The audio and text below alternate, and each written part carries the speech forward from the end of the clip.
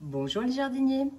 Alors aujourd'hui je me mets encore pas trop loin de la maison parce que comme vous allez l'entendre il y a des rafales de vent, donc c'est assez pénible dans la vidéo, dans le micro, donc je me mets pas trop loin mais quand même avec un petit peu de verdure derrière moi.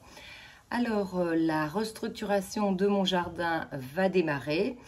Et je vous montre le tout début, le premier travail que je fais. En fait, je n'ai rien fait depuis que je suis rentrée de vacances. Il a fait tellement chaud encore en septembre. Franchement, ça donnait vraiment pas envie. Donc, j'ai arrosé au minimum, voilà, pour histoire que les derniers trucs ne meurent pas. Mais bon, maintenant, il faut que j'attaque le travail de restructuration. Donc aujourd'hui, eh bien, je vais commencer tout simplement par le compost parce que si je veux pouvoir travailler, il fallait que je fasse de la place dans le compost. Et puis comme je vais quand même faire quelques semis, je vais aussi avoir besoin d'un petit peu de terreau. Enfin voilà, je vais faire un petit mélange et j'en ai besoin et j'ai surtout besoin de place avant d'attaquer autre chose. Donc aujourd'hui, vous verrez principalement mon premier travail de vider mon composteur. Enfin, vous verrez comment je m'y prends. Allez, à tout de suite. En fait, tout commence avec mon composteur. Donc ce composteur est là depuis le printemps. Moi, je le vide 2 fois par an à peu près, ou des fois qu'une fois. Donc là, il avait bien réduit, j'avais vu qu'il avait bien réduit. Donc je commence à enlever le compost qui est récupérable pour pouvoir faire de la place. Donc avant, j'avais enlevé tout ce qu'il y avait sur le dessus, qu'on voit dans les 2 sacs. Donc c'était principalement des choses assez sèches, puisqu'il n'avait pas plu chez moi de tout l'été. Et qu'en plus, j'ai été peu à la maison. Donc, j'ai mis peu de déchets de légumes dans mon compost cet été. Donc là, on me voit en train d'enlever l'intérieur. Enfin, je passe par la petite porte, mais c'est un petit peu compliqué. Alors, au bout d'un moment, quand j'ai enlevé le plus gros, eh bien, j'y vais par les grands moyens. J'enlève carrément le dessus. Et ainsi, je peux tout récolter. Donc, on voit que ça fait quand même une bonne masse de compost que je vais pouvoir utiliser à la fois pour mes semis, c'est-à-dire que je le mélange avec de la terre du jardin et même quelquefois du terreau du commerce pour en utiliser moins. Je le mets au fond de mes pots et puis je sème par-dessus.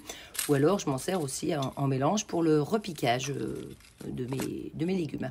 Donc là, on me voit en train de récupérer ce terreau. Donc j'enlève les plus gros bouts de bois, parce que alors moi en fait maintenant je m'embête plus, je mets vraiment beaucoup de choses dans le terreau.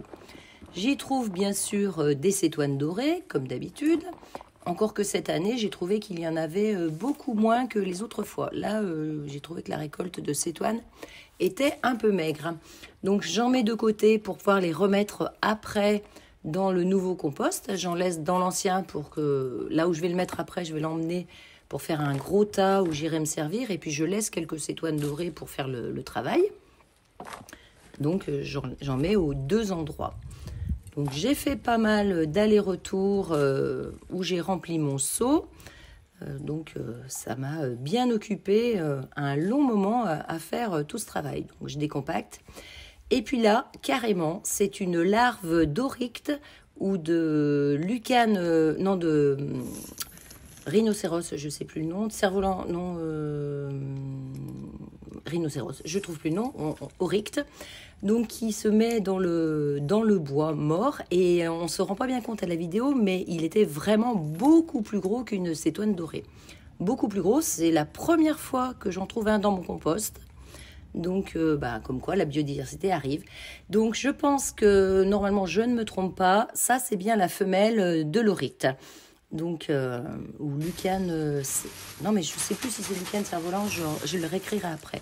Donc, voilà, là, je l'avais vu sous forme d'insecte qui s'enfouissait dans le sol. Donc, une fois que tout est nettoyé, eh bien, je referme, je vais tout remettre dans le composteur. Bien sûr, il y aura beaucoup moins de choses. Donc là, je commence par y remettre du verre.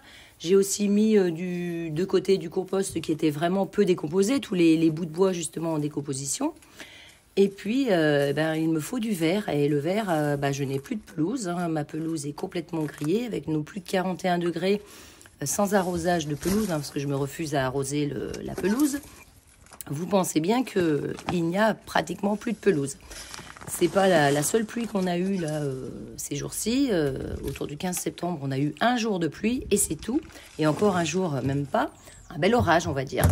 Donc, plus de verre. Donc, je me résous à aller chercher du verre dans le jardin, puisqu'il n'a pas été bien entretenu cet été et qu'il y a beaucoup d'herbes de partout. Eh bien, je vais récupérer de l'herbe et puis la mettre des couches. Alors là, on me voit en train de désherber dans le grand jardin, là au milieu de tout le reste. Il y a énormément d'herbe.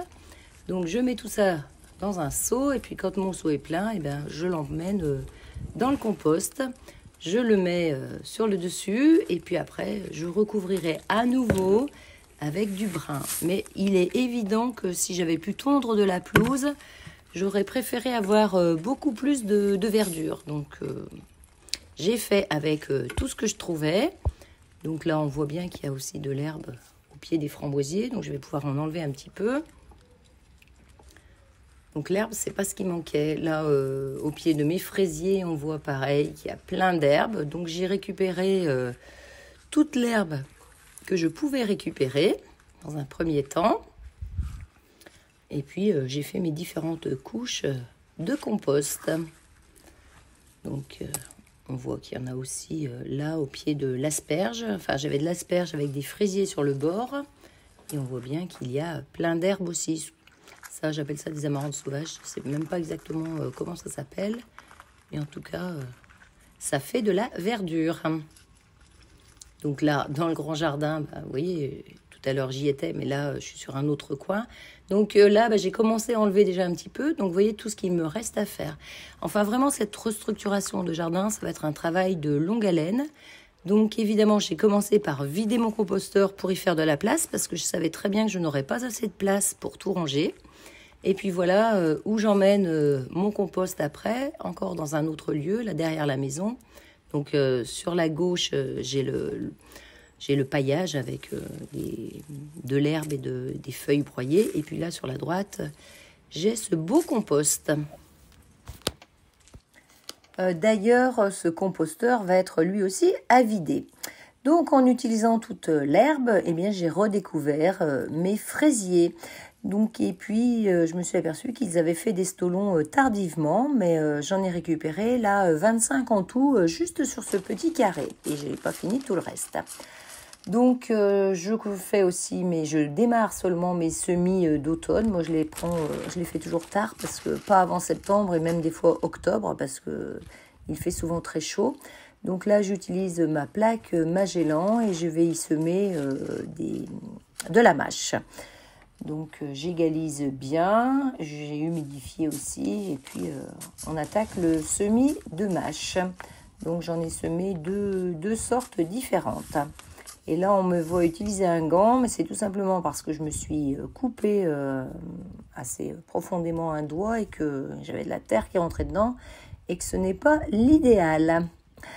Donc, écoutez, sur ces images de semis, je vous dis au revoir les jardiniers, à bientôt.